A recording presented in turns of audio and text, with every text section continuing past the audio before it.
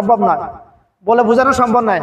আচ্ছা, মুসলমানের ঈমান শুধু ঈমান আছে শুধুমাত্র তাওহীদের উপর, রিসালাতের উপর ঈমান নাই। তাওহীদ কি?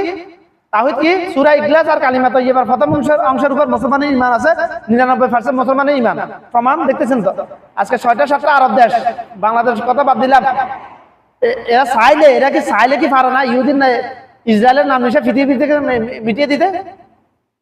প্রত্যেক দেশ থেকে একটা করে যদি ক্ষেপণাস্ত্র রকেট চ্যালেঞ্জার ইসরায়েলে নিক্ষেপ করে, মিসাইল নিক্ষেপ করে, ইসরায়েলের নাম নিশান তো পৃথিবী থেকে মিশে যাবে ভাই। আর এটা তো কোনো না যায় না, এটা হালাল, এটা যায়, এটা আল্লাহ পাকের নির্দেশ, এটা ওদেরকে মেরে ফেলো, মেরে ফেলো। তোমরা বলতে অনেক মুনাফিক নাস্তিক বলবে আল্লাহ যেহেতু জানে ওরা কিয়ামত দ্বারা পর্যন্ত ঈমান আনবে না, তাহলে ওদেরকে গজব দিয়ে মেরে ফেলতেছে না কেন? আল্লাহ পাক তো ওটাও জানতো যে আবু জাহেল, উতবা, সাইবা, মুগীরা এরা ঈমান আনবে, ওটাও তো জানতো, তাহলে ওদেরকে কেন মেরে ফেলে না গজব দিয়ে?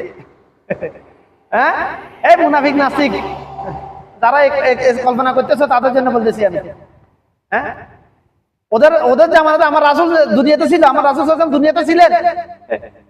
আমার রাসূল তো দোয়া করেন আল্লাহ এদেরকে গজব দাও, দোয়া করে নাই। আমার রাসূল দোয়া করলে তো কবুল হয়ে যেত। তবে আমার রাসূল একটা দোয়া করেছিল, দুইজনের মধ্যে একজন, হয় দুইজন হলে ভালো, একজন হলে ভালো, দুইজন হলে উত্তম, দুইজনের মধ্যে একজন আমার জন্য হাতিয়ার হিসেবে দিয়ে দাও, কবুল করো। কার জন্য দোয়া করেছিল? ওমর ইবনে খাত্তাবের জন্য এবং আবু জাহেলের জন্য। ওমর ইবনে খাত্তাবের কপালে হেদায়েত লেখা ছিল, এই জন্য ওটা কবুল করেছেন আল্লাহ পাক, ওনাকে হেদায়েত দিয়েছেন, পৃথিবীর সর্বশ্রেষ্ঠ মানব হিসেবে ওনাকে তৈরি করেছেন আল্লাহ পাক ঈমান আনার পরে। এবং আশরায়ে মুবাশশারা যাদেরকে আল্লাহ দুনিয়াতে জান্নাতের সুসংবাদ দিয়েছেন, তাদের মধ্যে একজন, অন্যতম একজন, প্রথম কাতারে, দ্বিতীয় প্রথম হচ্ছে আবু বকর সিদ্দিক রাদিয়াল্লাহু, দ্বিতীয় হচ্ছে ওমর বিন খাত্তাব রাদিয়াল্লাহু আনহু। এবং আমার রাসূল বলেছে আমার পরে তো কোনো নবী আসবে না, আমি আনা খাতামুন নবুওয়াত,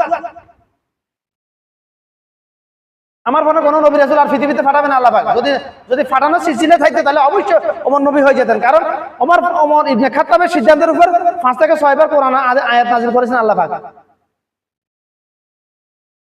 আবু বকর সিদ্দিক রাদিয়াল্লাহু আনহু সিদ্ধান্তের উপর কোরআন আয়াত নাযিল করেন নাই।